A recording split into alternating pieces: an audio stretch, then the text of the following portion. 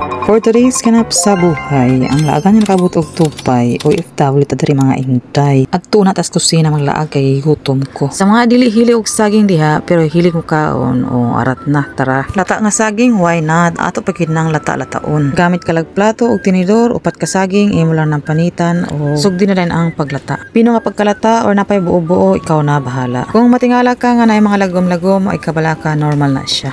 Maong padayon lang sa paglata hangtod kanusa. Pero kung ikaw gikapoy naaw, igo na, sakto na. 2, 4 o 5 ka saging, walay problema. Basta sigurado lang na hinog na siya o sakto yun ang pagkalata. Pagkahuman kuhag 4 ka itlog, ato ka nang pagabuakon. Pero kung imong itlog dagko 3 ka buok, okay na siya. Pagkahuman ayon na pagdaduha, mix na nato siya. I-will combine lang ang itlog og saging, okay kayo. Brown sugar para magka-color og white sugar para pang patamis. Og ang usa sa pinaka-importante nga kinahanglanon, all-purpose flour 3 katakos. Og syempre ang pangpatubo, baking powder 3 ka kutsara, baking soda 1 ka kutsara, ang pangpa-enhance sa lasa ug ang pangbalansi asin 2 ka kutsarita. Dili kalimtan ang milk, any kind of milk 3 ka kutsara. Para pang pamoist ug pang aroma, butter tunga sa tasa og oil tunga sa tasa. Mao lang tutanan ingredients, easy lang og affordable pa ug sa walay pagduha-duha, i-mix na nato siya. Kung ikaw nakaluwag-luwag og naay electric mixer, hala kuha ipagawas o gamitan na kana. Pero ang person kay pobre man, arilatas manual og hala sige padayon sa pagmix hangtod makombine ang tanang ingredients. Di bali nang manghawoy basta kay makaluto ta og sa end ani nga video makakaunta. Padayon lang sa pagmix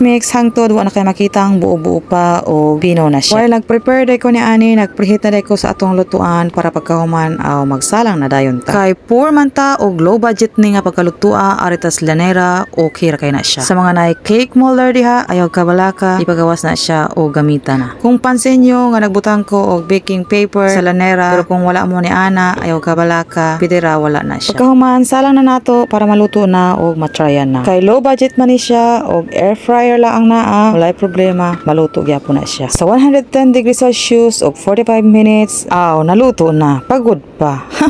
Walay problema. Maski tutong na siya, mukaon gyapon ta. Cashew nuts, peanuts, walnuts, or any kind of nuts, available na siya. Ang padagdag lasa, textures, halabira. Dugmok-dugmokon lang nato na siya gamit ang botelya o sipla. Kaya ragi kaayo na siya. Kay cravings lagi siya. Sa walay pagduha-duha, hala sige padayon ta. Ikaw na bahala kung igo na ba ang pagkadurog or ang pagkapino sa nuts. Then, i-mix na yun nato siya sa atong nahimong mixture ganina. Ang person hilig og experiment, maong try nato ni siyang aluminum box or aluminum foil box or aluminum foil container. Basta, mao na to siya. Og agoy, medyo gamay gini ang atong air fryer og di mo igo ang atong aluminum box. Pero kay Pinoy man ta, syempre, mapangitaan ginatog paagi og nasolusyonan gid siya. Og wala gyud imposible sa taong gigutom o gustong mukaon. Og ang resulta, chereng!